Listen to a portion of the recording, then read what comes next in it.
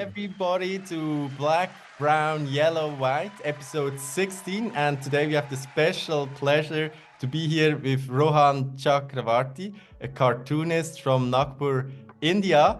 And I am very happy and I really want to thank all my viewers and subscribers from India. I'm very happy and excited that you watch this channel, watch all these interviews. And so today, native son, Rohan Chakravarty. Thank you for being here.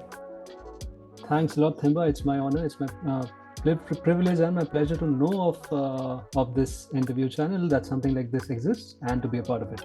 So we're going to jump right into it. The first question is, what can you tell our viewers about yourself, just a little bit about your life, what you think they should know, and maybe also give them an idea of your inspiration, because you're a creative person. So what is it that gives you this inspiration to draw all these amazing cartoons?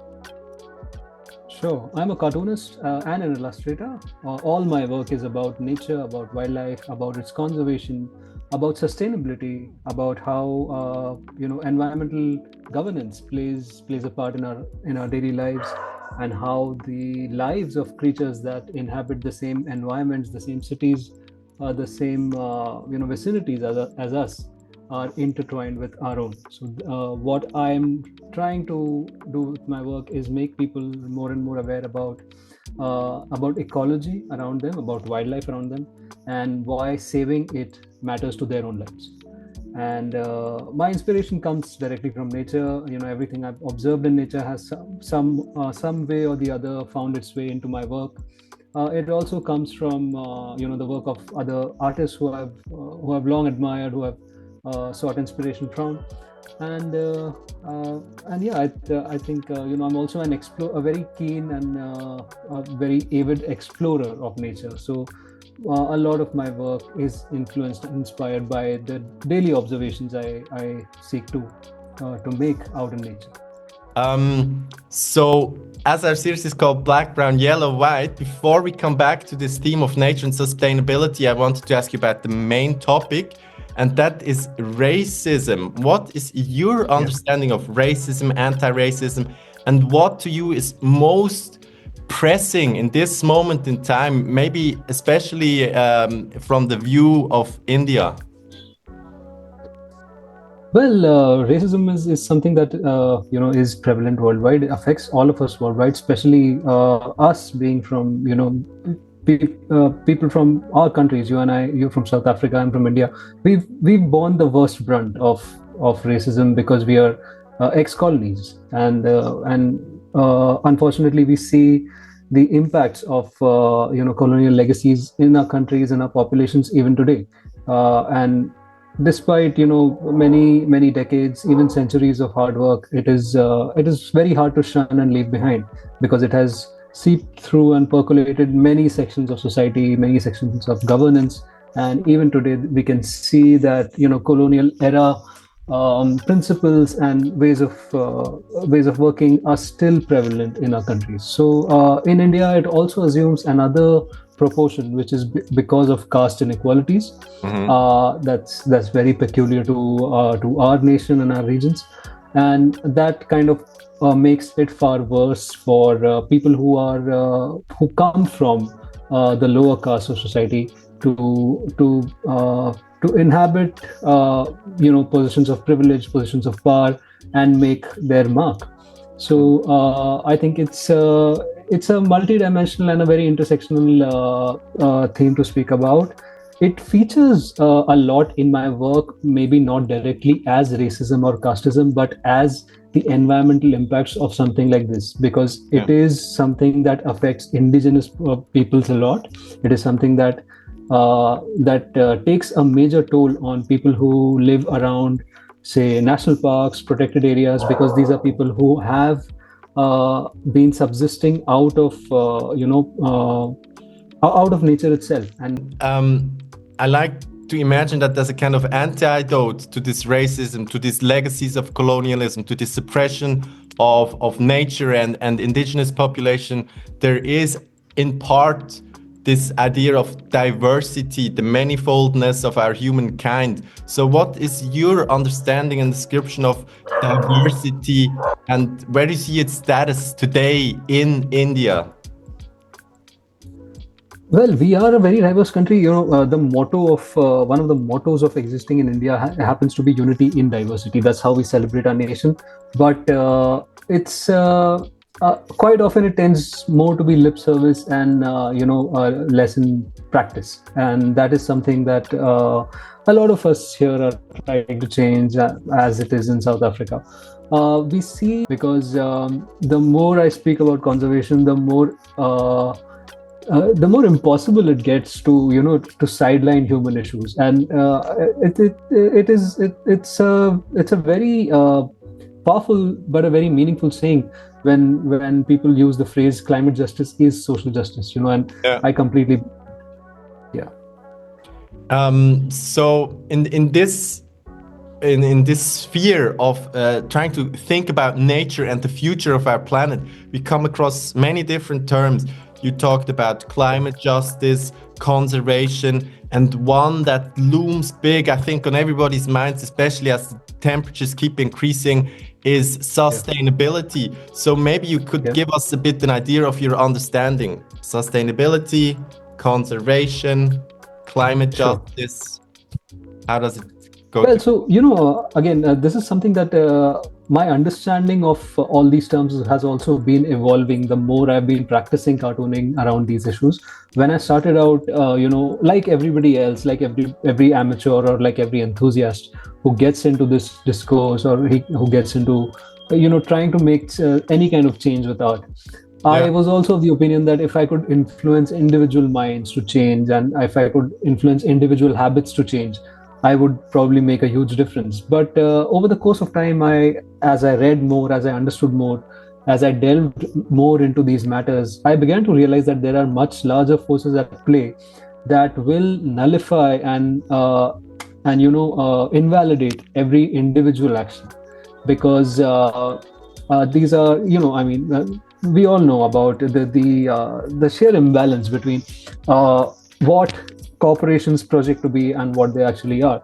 And until and unless we as nations, as electorates, can turn that around, true sustainability cannot be achieved. So and these are very stark times. I mean, we have an ultra-right government in the US that's taken the back. And there is a right sweep all across a major part of the world.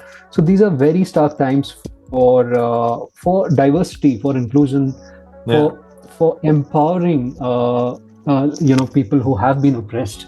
And unless that happens, true sustainability cannot be achieved. And even the course of environmentalism in every region, in every geography, depends on how empowered the oppressed people are. And it's also connected. I mean, if I can start talking about it, I'll probably end up hogging the entire hour.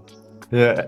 Let me ask you this. There's often this narrative, unfortunately, of a sense of doom, of a sense of hopelessness. But what do you think can be done, or what urgent actions are needed? Maybe you can talk about the individual level, because I think for the viewers and all involved, that's probably the most important, and maybe also some higher levels which you consider. Absolutely. So again, like when I started out, I used to project a lot of messages that revolved around the individual consumption of plastics, the individual consumption of resources, something that is, say, environmentally very costly, like meat, something that is, not very environmentally friendly to consume. I would speak about the marine plastic pollution, sustainability at an individual level, about how where your food comes from, tracking the sources of your food, of your resources, how local they are, how diverse they are, etc., etc. But I soon realized that there's only so much that an individual can do, because larger forces need to change. And the message that I focus on projecting at this juncture is that the if there is one act of sustainability that is most important that an individual can do, is to go out and vote with an environmental conscience. And I think if we can get more and more people to do that, then we have a revolution that can happen. Okay, let's try to link a bit your job on the one hand and some of these central topics. And the question for that which I have for you is for cartoons, for the visual arts, what do you think is their role, or how can they actually deal and engage racism or anti-racism? What is the relevance of cartoons, visual arts to combat racism? Sure. So as a cartoonist, I've seen that one of the most, I'm talking about cartoons in the print largely, and cartoons in a static form, not in the animated form. That's a different art form altogether. So in this form, as cartooning exists, and in the way it is popular today, not just in India, but also in most English-speaking countries, is that cartooning tends to be consumed most by lovers of political cartoons and people who engage with politics in cartoons. And the focus is so much on politics. People tend to not only expect that that kind of information and that kind of entertainment from a cartoon, but also what also happens in having that scenario as its center point is that a lot of the nuances, a lot of the gray areas, a lot of the background that goes into this kind of information is left out, because it's a simple visual. There's only so much a single visual can communicate. So if you are, say, if there's a cartoon about a prime minister, I'm not just talking about the Indian prime minister, just let's say any prime minister of an English-speaking developing country. The way he has been elected has an entire backstory to it, has an entire story of several kinds of injustices, justices, social inequalities to it, which get left out in that picture. So what a cartoon really should do is prompt readers to find out more. Okay, this is a premise, this has made you laugh, but it should also prompt them to seek more information about the subject. It should make them Google things. It should make them open the newspaper and read the rest of the articles linked to that cartoon. That's what when we say editorial cartooning, that is what it should be doing. That's what the purpose of it should be. Okay, so these issues that I draw about are a little tricky to communicate because they have scientific backgrounds, and not everybody is a scientist or is a science enthusiast. So what I need to do is break everything down into things, into information that is simple to grasp, that is easily palatable, digestible, and also enjoyable. So these are quite often it becomes a challenge to strike a balance between humor, between getting the scientific aspects of your information right, and even the social aspects of information right. So I have to be very well read. I have to be do my homework very well. I make a lot of notes, and those notes really help me in getting the balance of a particular cartoon right. What I also I think has worked to my benefit is that I have quite a few avenues that I publish with. So I have a Sunday newspaper column that publishes my work in the print, and through that I reach many families and households in India. I also have been publishing an online column with DW Environment. They're a journal that gives me the chance to reach out to a worldwide audience through their website, their social media. Because of the diversity of spaces that I've managed to break into, I also experiment a lot with my narrative. Some could be just single panel cartoons. Some could be multi-panels. They could be a comic strip, which is a sequence of humorous images. So if there are issues that are too complex to tackle, I would rather do it as a comic strip, as a series of images. And if there is something that I want to make an instant connect with the audience, something that I just want to leave them with, a message that I just want to leave them with, it could make them giggle, it could make them chuckle a little, it could also make them sad. I don't think that a cartoon should always make you laugh. It has a larger purpose, especially in my kind of a canvas. So it's all right to me if a cartoon doesn't quite make you laugh out loud. But if Yeah. you have even smiled and wanted to know more about the subject, then I think I would have done my job. Much for that excellent illustration. Now, put quite bluntly, as a person of color in your journeys in the Western Hemisphere, what have been Yeah. maybe some of your encounters or confrontations with discrimination, or maybe even across India, experiences of colorism? What can you tell us? Yeah. Well, like I mentioned to you earlier, India happens to also have another degree of segregation, which happens through caste. And caste is something that really divides our societies very deeply. And as a person who is supposed to be from a so-called upper caste in society, I Mhm. have had many privileges that if I do not acknowledge here, I would be very dishonest to this interview and to this space, because we are talking about diversity, because we are talking about privileges. So I happen to be from a caste that is privileged in India, and by coming from that background, I have had a lot of advantages growing up. I've had access to decent education. I've had access to decent opportunities as far as my career has been concerned. I have had the privilege to take a risk and not have the crippling fear of failure, because I had something to fall back on. So not many who come from my region or from my background have that privilege. So Yeah. I have been lucky. But people from more marginalized sections of society will probably find it impossible to sustain a career in cartooning in India, because that they do not have that kind of financial security. So that is those are the levels of segregation and privileges that affect Indian society.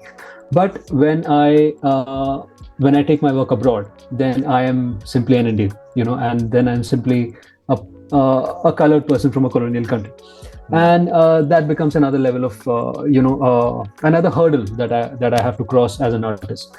Thankfully, because I am engaged more with the scientific community as a professional cartoonist and illustrator, I have had the privilege of professionally being associated with people who recognize the importance of diversity in their spaces, and who have many of who have welcomed my work with more or less with open arms. Of course. Yeah, it seems that not only the natural but also the political climate might be heating up. Yeah. Now, I had an interview earlier with a German and Swiss playwright, Fatima Mumuni, and she said, Okay. "Ich will nicht immer die Rassismus-Tante sein. I don't always want to be anti-racism, the expert on racism," because she did a lot of workshops Okay. and eventually she got tired of the topic. My question for you would be, uh, is there for you something like conservation or sustainability fatigue that you experience? Yeah, it happens a lot, because when you deal with such heavy politics and such heavy complexities in your art and the information that you're portraying, it does take a toll on you. That toll could be mental, could be emotional, and what tends to happen is that I also tend to draw a lot about environmental politics in India and abroad, and how that kind of converges with conservation and Yeah. with science. So the kind of fatigue that it or the kind of toll that it takes on me is that I suddenly don't want to draw a politician. I suddenly don't want to draw anything ugly. I Yeah. just want to focus on the beauty of nature sometimes, and Mhm. that happens a lot. So one of the books I did, one of my recent releases, it's called Naturalist Ruddy.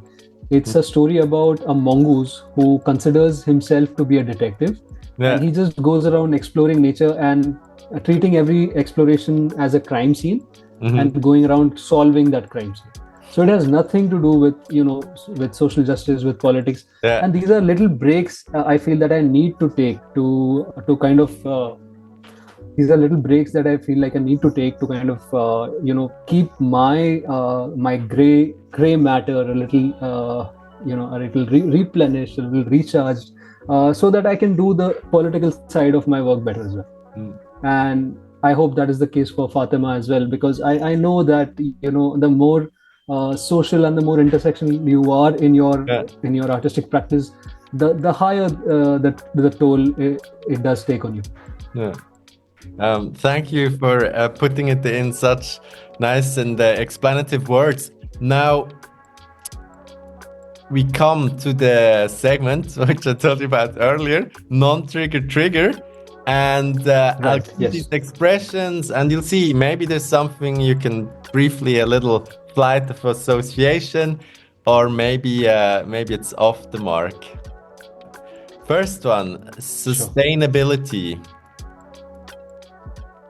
Sustainability, I think, is a very misunderstood word. That's my first impression when I hear the word sustainability in the environmental discourse. I think that people associate it with individual action, whereas to me, true sustainability is only achieved by collective action. Then mongoose.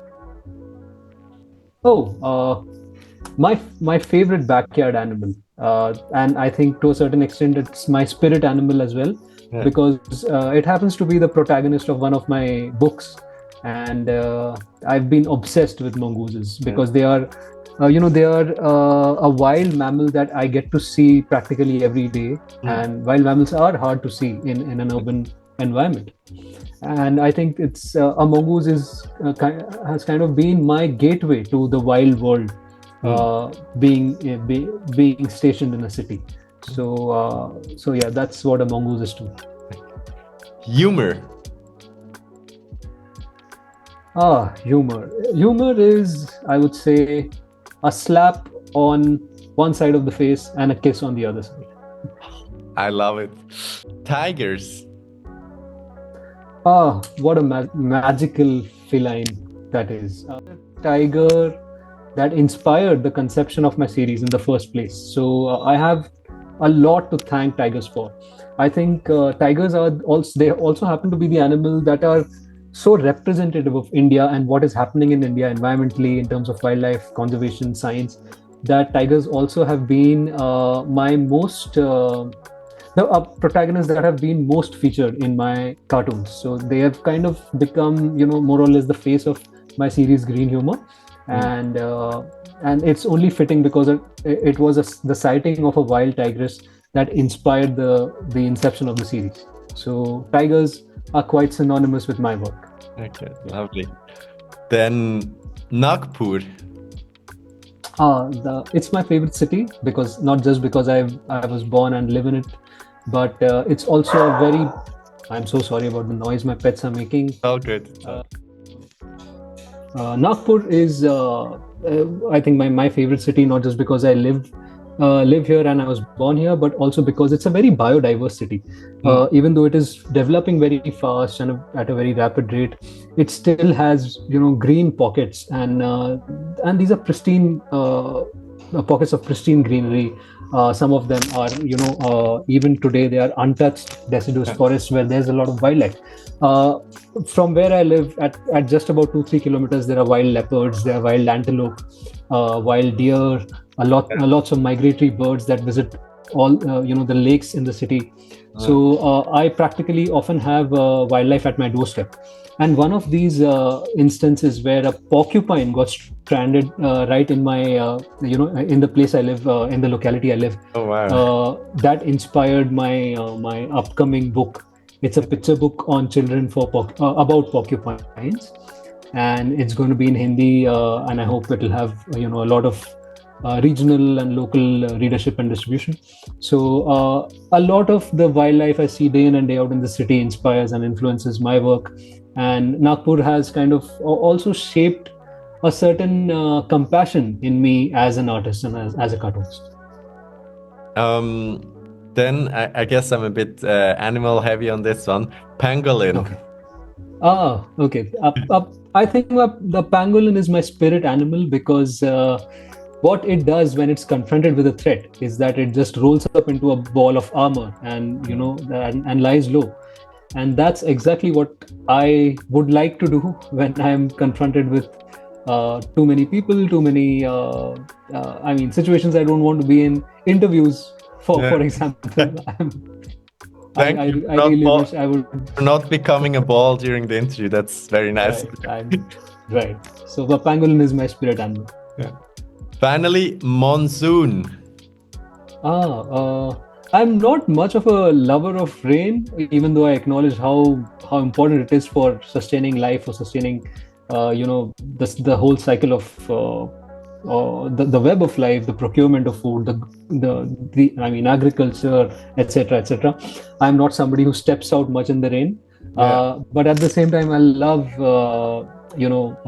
exploring.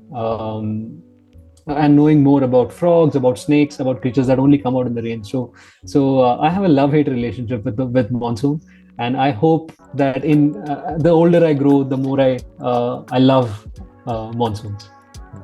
Thank you very much. That was a really good non-trigger, I think. Thank you. Excellent answers. And we already come to the last segment where I'm very interested in, are there maybe one or two personal practices across your life that you have found had a very positive impact? I think my life really changed when I got my pets, because they have kind of disciplined me a lot. It's thanks to them that I wake up at 5 a.m. every morning for a nice long walk with them, and because we walk through patches that are well wooded, we get to see a lot of birds, and that's the best start to the day I could ever imagine. So I have my two pets to thank for. Their names are Shrishti and Sakshi. They are Indian breed dogs, and I pick them off the streets. We have a big stray dog problem, and if we have Indian listeners listening to this interview, I would all urge them to not buy but to just adopt pets from the streets. That will not just give you the best, the most immune and the most hardy pets, but also contribute to solving the stray dog problem in the country. So that's one thing. Another thing was that I think I do value, the older I'm growing, the more I'm valuing striking a balance between your work and the time you take out for your personal enrichment. So it's not sustainable to just keep churning out artistic output. You have to take cognizance that you need replenishment, you need enrichment as a person, as an artist. So you have to engage with things that slow you down. It could be music, it could be, in my case, it is a bit of music. I love cooking. Cooking is something that really helps me meditate a little, and so these are things that I actively take time out for. Reading, I love reading. I love engaging with cinema, and I think again, the older I'm growing, the more I'm learning to strike a balance between these two aspects of my life, and also make them converge on as many fronts as I can. So yeah, that's about it. There's nothing complicated about my life, really. Okay, thank you. You mentioned in your answer one aspect, which is reading. Though, of course, nowadays many people are on YouTube, TikTok, all this stuff. But there's still something truly unrivaled, I believe, about the pleasure of reading a book. And which would be your recommendations? 1, 2, 3 books to say, hey, listen up, girls and guys out there. Oh gosh. Read this, you will be happy. Or much better informed. Wow, there are so many books. I always suck at this answer because the right books simply don't come to my mind. I've read so many wonderful books, and I simply cannot think of any one as a recommendation, but I'll try. So some of the best books I've read in the last few years have been there's one graphic novel called The Roles We Play by Sabaa Khan. She's this is because we are talking about diversity, and because we are talking about racial inclusion in this interview. This is one of the most important books I can think about. So The Roles We Play is about Sabaa Khan's journey from Great Britain to kind of coming to terms with what certain cultural aspects of her life mean in her day-to-day life, like wearing the hijab. What is the meaning of the hijab in her life, in her social environment? And I think that kind of not just enriched me, but also changed a lot of my preconceived notions about something like that, and I think made me a better person. So that is one book I would really recommend. Another is by this dear friend of mine, Kripa. She's an artist here in India. She does a lot of art about all kinds of social issues, about social justice. And this is a picture book. This is a picture book for children, but it is so powerful. I don't think I've seen a better picture book in a long time. I call it the picture book of the deaf. The name of the book is Art is a Voice.